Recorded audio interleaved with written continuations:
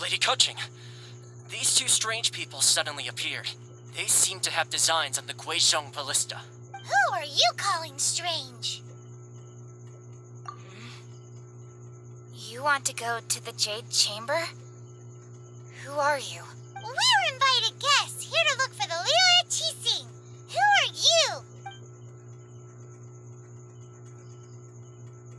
Well, as it happens, I am one of the Liyue Qixing. Oh, I'm Kuching, the Yuheng of the Qixing. I know of you, traveler. You're Ningguang's guests, yes? Didn't expect to meet you here in the mountains. wow.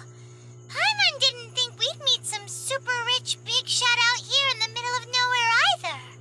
The Guizhong Ballista in Tianheng Pass has long been in disrepair, and yet it was fixed in a single night. I came here to investigate that occurrence. These Millilith are just here to guard the scene, not to arrest anyone. So this was all a misunderstanding? Paimon never would have thought. Anyway, for a mortal to be able to repair an Adepti mechanism is quite the mystery, even to the Qixing. That was... Eh? Oh, right.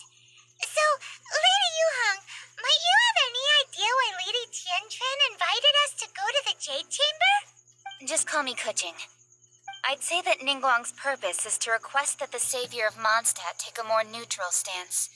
Or at least, to not wholly side with the Adepti. We're not taking sides. We spoke with the Adepti. They want to protect Liyue as well. When you say protect, you're referring to their sanctimonious arrogance, aren't you? Huh? You are mortals, and thus under their protection. There was no way they would have regarded you as someone with the ability to assassinate a god. Naturally, they would also regard Ningguang's locking down the area, questioning the citizenry, and pursuit of the assassin to be pointless work. Perhaps they even wonder if there might be a cover-up. I'll say it like it is. They're underestimating us. Well, you've got a point there. Still, this is the first time Paimon's seen a person from Liyue who doesn't respect the gods or the Adepti. Should I respect the shallow sense of time and condescension to mortals that has caused them to delay in moving against us, Qixing? Forget it. I shouldn't speak of them this way. This skepticism is mine alone, and Ningguang does not share it. Either way, I will admit that the actions of the Adepti this time were quite restrained. Rex Lapis's death is indeed an extraordinary circumstance. But to think that they would call for a council of Adepti rather than come down here directly.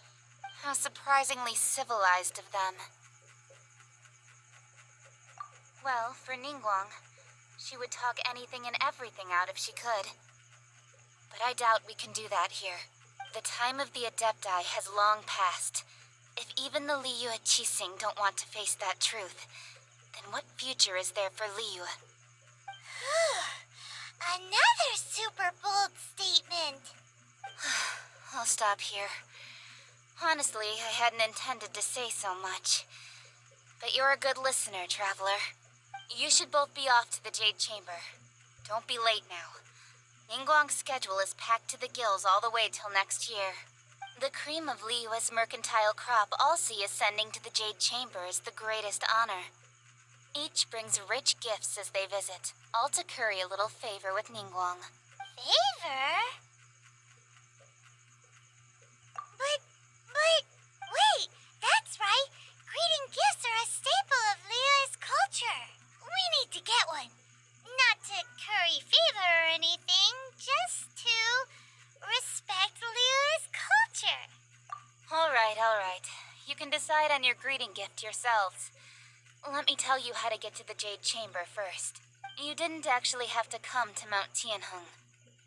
Go back to Liyue Harbor. Find a guide at the Yuehai Pavilion, and, well then. May we meet again, traveler.